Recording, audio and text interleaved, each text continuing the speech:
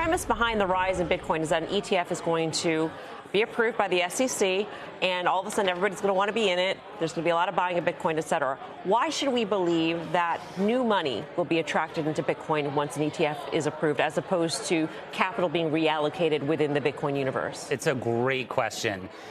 Today, without having spot Bitcoin ETFs in the market, there is nearly $30 trillion of advised wealth in the U.S. just alone that needs access to crypto, that needs access to Bitcoin, and by and large hasn't had access to it. So the onset of Bitcoin ETFs, spot Bitcoin ETFs, will really open the door to financial advisors, advised wealth, really to have the opportunity to participate in Bitcoin in a way that they really haven't had before. So you talked a little bit about the wealth market and the interest there. What are you seeing from the institutional market? Are you seeing continued demand, especially given what we just talked about with rates? I think that the introduction of the spot Bitcoin ETF will allow for institutions to participate as well. What's been interesting about crypto, as opposed to other asset classes that came along before it, it was usually institutions who had access first, and then it eventually trickled its way down to retail. In the case of crypto, it went to retail first, and institutions by and large haven't been able to participate, and certainly having regulated instruments like ETFs will allow them to participate.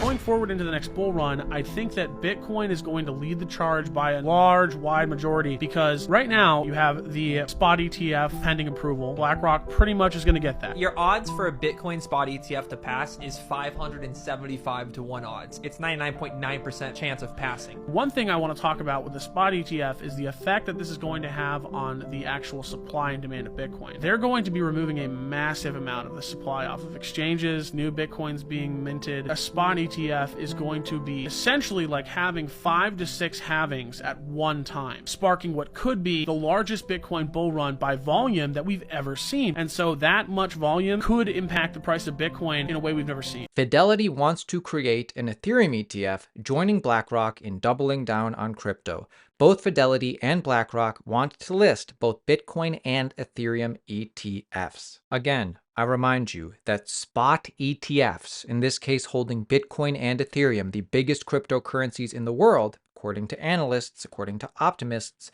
will dramatically shake up the cryptocurrency space. In theory, will bring a flood of new investment money into digital assets, particularly with the market heft of famous firms like Fidelity and BlackRock.